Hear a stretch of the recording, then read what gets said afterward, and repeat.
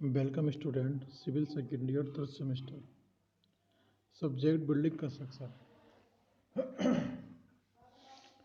तो building construction में हमने आज का जो टॉपिक लिया है वो फर्श का लिया है। फर्श यानी कि फ्लोर।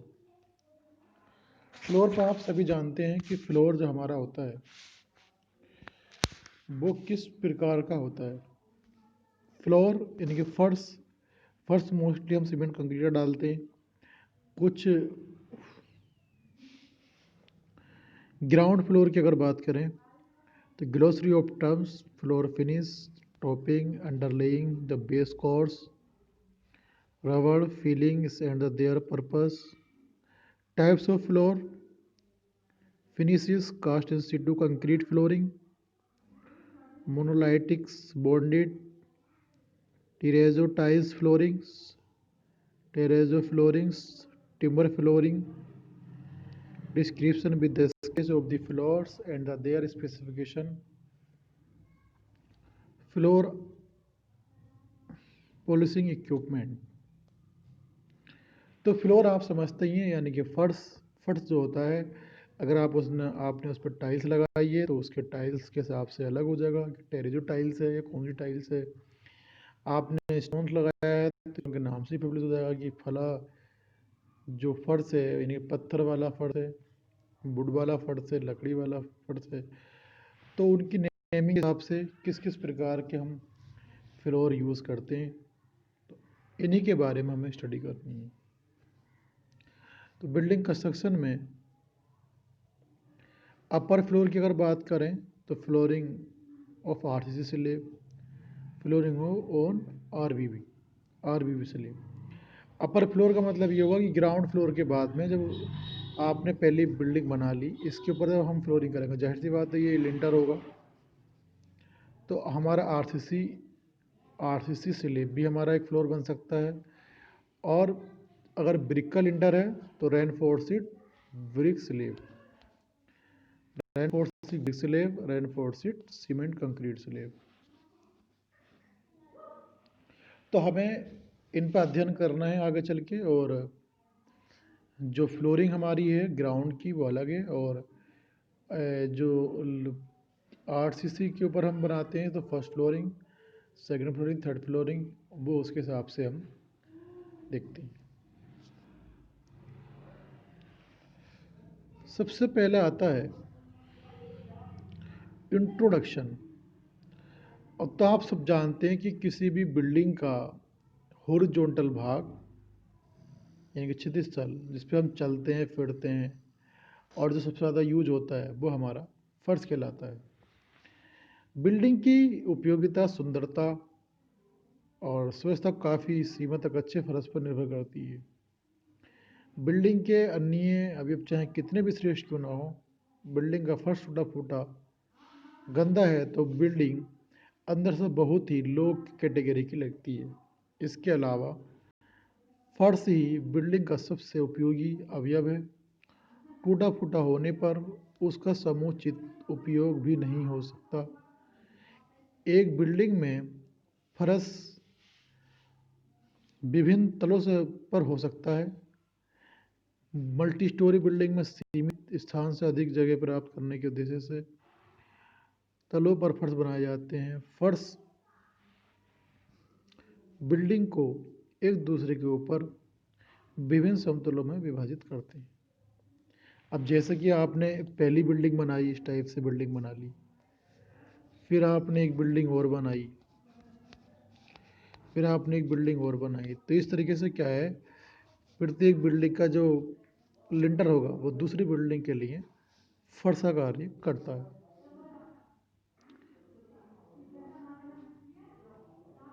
ग्राउंड लेवल पर बना फर्श ग्राउंड फ्लोर, पहली, दूसरी और अन्य मंजिलों पर बने फर्श प्रथम, द्वितीय आदि कहलाते हैं। ग्राउंड लेवल के नीचे का फर्श बेसमेंट कहलाता है। अगर आप देखें, सपोज करो एक ग्राउंड लेवल है, इसके नीचे आपने कोई बिल्डिंग बना रखी है तो वो बेसमेंट कहलाएगा। इसके ऊपर बिल्डिंग बना लीजिए तो वो फर्स्ट फ्लोर, ये ग्राउंड फ्लोर, ये फर्स्ट फ्लोर। तो बिल्डिंग की डिज़ाइनिंग के हिसाब से भी उनके फ्लोरिंग के नाम शो किए जाते हैं।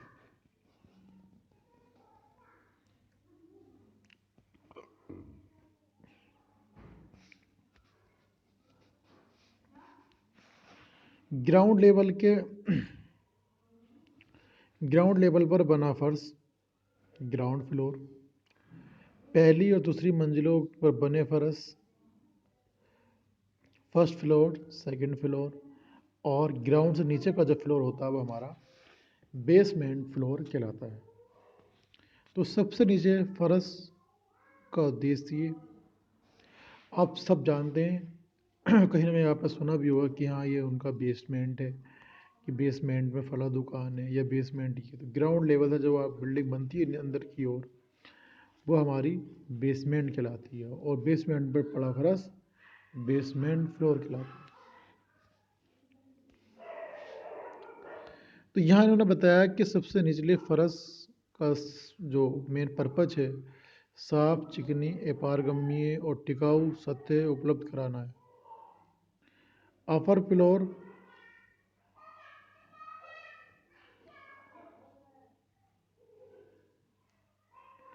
उपरोक्त के अतिरिक्त इसने लिखा है कि समर्थवान भी होने चाहिए और ये इन पर आने वाले भारों को वहन कर सकें।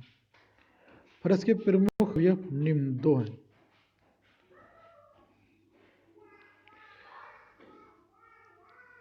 उपफर्श या बेस कोर्स, सब फ्लोर या बेस कोर्स, ऊपरी सतह वियरिंग सरफेस टॉपिंग और floor covering, bearing surface topping और फ्लोर कवरिंग। उस फर्श उप फर्श लगाने का उद्देश्य फर्श की ऊपरी सतह को अच्छा बेस प्रदान करना है ताकि फर्श पर आने वाला भार इसी भाग पर आता रहे।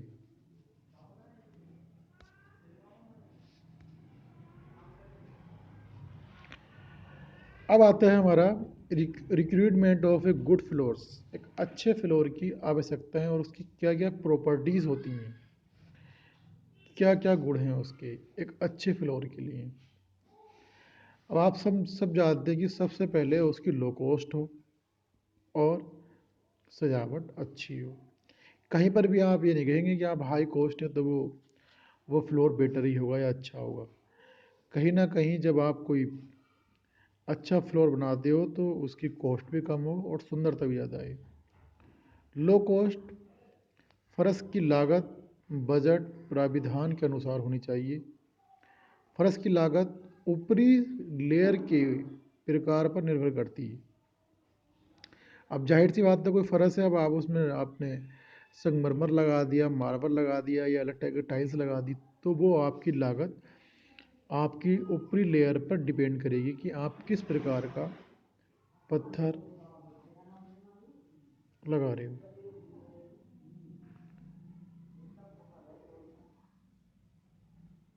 फर्श की लागत बजट प्राविधान के अनुसार होनी चाहिए। फर्श की लागत ऊपरी सतह के प्रकार पर निर्भर करती है। मूरम, ईंट, कंक्रीट आदि सस्ते पदार्थ हैं, जबकि टेराजो, लिनोलियम, एस्फाल्ट मध्यम लागत के, और मार्बल मार्बल महंगे पदार्थ हैं। अगर आप देखें मूरम, ईंट और कंक्रीट का अगर फर्श बनाते हैं तो सस्ते होते हैं, और टेराजो, लिनोलियम और एस्फाल्ट मध्यम लागत के, और मार्बल जो है महंगे होते हैं। सजावट फर्श का रंग बनावट अच्छी होनी चाहिए, यह चिकना भी होना चाहिए। टेराजो, मार्बल और टाइल्स के फर्श की सजावट बहुत अच्छी होती है। कंक्रीट फर्श की सामान्यतः मूरम ईंट और एस्फाल्ट की सजावट निम्न श्रेणी की होती है। तो ये आप सब जानते ही हैं, किसी के यहाँ पत्थर लगा हुआ है, किसी के यहाँ सीमेंट कंक्रीट का फर्श है, तो उनकी बनावट सजावट आप देखते ही हैं। अब जाहिर सी बात है कि अगर किसी के यहाँ पर पत्थर है तो वो ज़्यादा खूबसूरत लगेगा, किसी के यहाँ पे फर्श है तो वो इतना खूबसूरत नहीं लगेगा। तो कहीं ना कहीं पत्थर वाले की कॉस्ट तो ज़्यादा होगी, इतनी भी ज़्यादा कॉस्ट ना हो कि वो चीज़ हमें ज़्यादा हमारी बजट से बाहर चली जाए। इसलिए जब भी आप कोई फ्लोर या फर्श डालते हैं तो वो सब मेंशन रहता है कि हमें किस प्रकार की फ्लोरिंग करनी है, ताकि हमारा बजट उस एस्टिमेशन कॉस्ट के अकॉर्डिंग रहे, ताकि बिल्डिंग पूरी बनने पर अनएक्सपेक्टेड खर्चा न बताया जाए, जिससे आने वाले समय में प्रॉब्लम हो।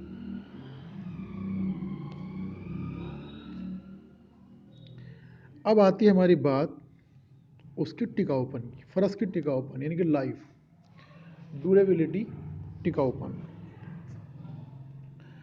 फर्श की ऊपरी लेयर को का घिसन अर्थात रेजिस्टेंस ऑफ टू वियर अच्छा होना चाहिए। अब घर्षण प्रतिरोध उच्च होना चाहिए। इसके अतिरिक्त फर्श का नमी, तापक्रम परावर्तन, दीमक और डिकाय के प्रति प्रतिरोध अधिक होना चाहिए। टेराजो, मार्बल, कंक्रीट, पत्थर, टाइल्स फर्शों का इन तत्वों के प्रति प्रतिरोध काफ़ी अधिक होता है। लिनोलियम और रबड़ लकड़ी के विकार फर्शों का प्रतिरोध कम होता है। जहाँ पर अधिक फर्श ट्रैफिक की संभावना न हो, वहाँ पर ईंटों और लकड़ी के ब्लॉकों का फर्श लगाया जाता है।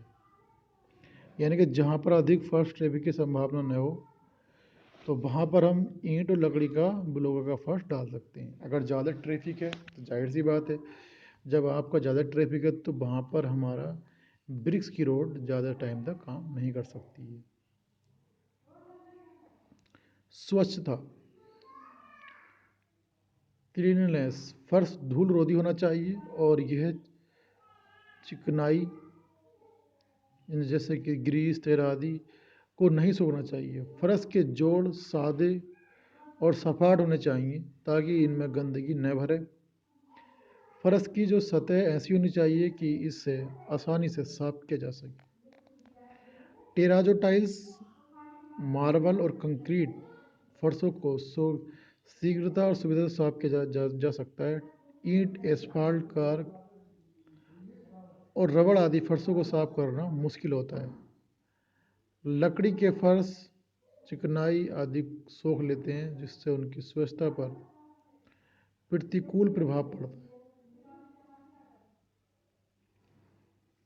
टेराजो टाइल्स, मार्बल व कंक्रीट आदि फर्शों को शीघ्रता सुविधा से साफ किया जा सकता है।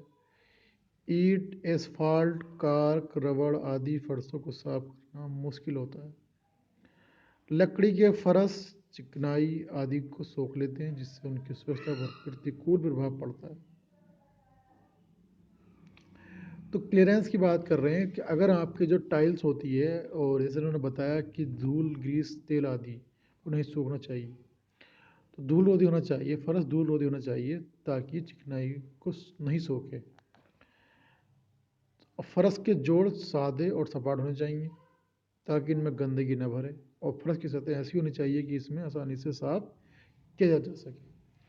टेरेजो टाइल्स, मार्बल और कंक्रीट इन फर्शों को शीघ्रता सुविधा साफ किया जा सकता है। जो टेरेजो टाइल्स हमारी है, टेरेजो टाइल्स, मार्बल, ये ऐसे हमारे मटेरियल हैं कि अगर इन पर कुछ चिकनाई या तेल वगैरह गिरता है तो ये उसको नहीं सोखते हैं, जिसको आसानी के साथ सफा किया जा सकता है। ईंट, एस्फाल्ट, कार्क और रबड़ आदि फर्शों को साफ करना मुश्किल होता है। लकड़ी के फर्श चिकनाई को सोख लेते हैं, जिससे उनकी स्वच्छता पर प्रतिकूल इफेक्ट पड़ता है।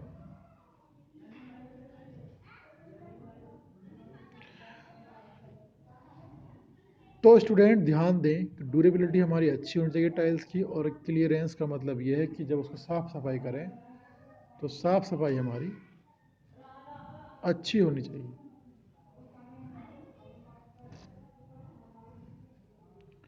डैम प्रूफ यानी कि सील रोधी, ग्राउंड लेवल से लगे फर्शों में यह गुण बहुत महत्वपूर्ण है। जैसे ग्राउंड फ्लोर पर हम फर्श डालते हैं तो कहीं ना कहीं डैम्प प्रूफिंग की बड़ी समस्या रहती है। अब जिन स्थानों पर नमी रहती है जैसे स्नानघर, रसोई, शौचालय, यह गुण विशेष रूप से महत्वपूर्ण है। कंक्रीट, टेरेजो टाइल्स आदि फर्शों की सीलन रोधकता अच्छी होती है। कंक्रीट की, टेराजो टाइल्स की जो सीलन रोधक क्षमता है वो अच्छी होती है, जबकि लिनोलियम लिनोलियम, लकड़ी के ब्लॉक, रबड़ आदि फर्शों की सीलन रोधक क्षमता अच्छी नहीं होती है। एक ब्रिक्स की, ईंट की और लिनोलियम की जो सीलिंग की रोधक क्षमता है वो बहुत अच्छी नहीं होती है। हार्डनेस की कठोरता, फर्श काफ़ी कठोर होना चाहिए ताकि सामान रखने पर फर्श पर उनके निशान न पड़ें। पलंग, सेफ, कुर्सी या मेज आदि के पायों के भी निशान नहीं पड़ने चाहिए। कठोर सतह की टूट फूट भी कम होती है। कंक्रीट, टेराजो, मार्बल, पत्थर, टाइल्स फर्श पर्याप्त कठोर होते हैं। लिनोलियम, कार्क व एस्फाल्ट फर्शों की कठोरता कम होती है। तो कंक्रीट, टेराजो, मार्बल, पत्थर व टाइल्स फर्श का पर्याप्त कठोर होते हैं। लिनोलियम, कार्क और एस्फाल्ट फर्शों की कठोरता कम होती है। शोर रोधकता, नॉइसलेसनेस, फर्श शोर रोधी होना चाहिए। सामान्यतः फर्शों के लिए यह कोई महत्वपूर्ण आवश्यकता नहीं है, लेकिन लाइब्रेरी, पूजा स्थल आदि में जहाँ एकाग्रता की आवश्यकता होती है वहाँ के ये फर्श शोर रोधी होने चाहिए। अस्पतालों के फर्श भी शोर रोधी होने चाहिए, क्योंकि शोर से मरीजों को कष्ट होता है और इस दृष्टि से रबड़ का फर्श सर्वोत्तम है। लिनोलियम और एस्फाल्ट फर्शों पर भी चलने फिरने में कम शोर होता है। लिनोलियम और एस्फाल्ट के फर्शों पर भी चलने से कम शोर होता है। तो शोर रोधकता, नॉइसलेसनेस, यानी कि ऐसे फर्श जहाँ पर लाइब्रेरी है, पूजा स्थल है या हॉस्पिटल है, तो ऐसे फर्श वहाँ डालने चाहिए ताकि जैसे देखते हैं आप कुछ फर्श ऐसे होते हैं कि जिस पर आपको चलते समय आवाज़ आ जाए टक टक वाली, तो जैसे टाइल्स पर तो आपको ज़्यादा आवाज़ आती है, इसलिए कुछ जगहों पर हम ऐसे फर्श डालने चाहिए कि ताकि वहाँ की आवाज़ ज़्यादा बाहर की ओर न निकले।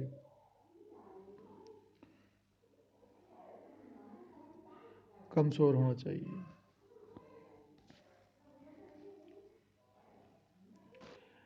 फायर प्रूफ यानी कि आगिन रोधकता, फर्श आगिन रोधी होना चाहिए। विशेष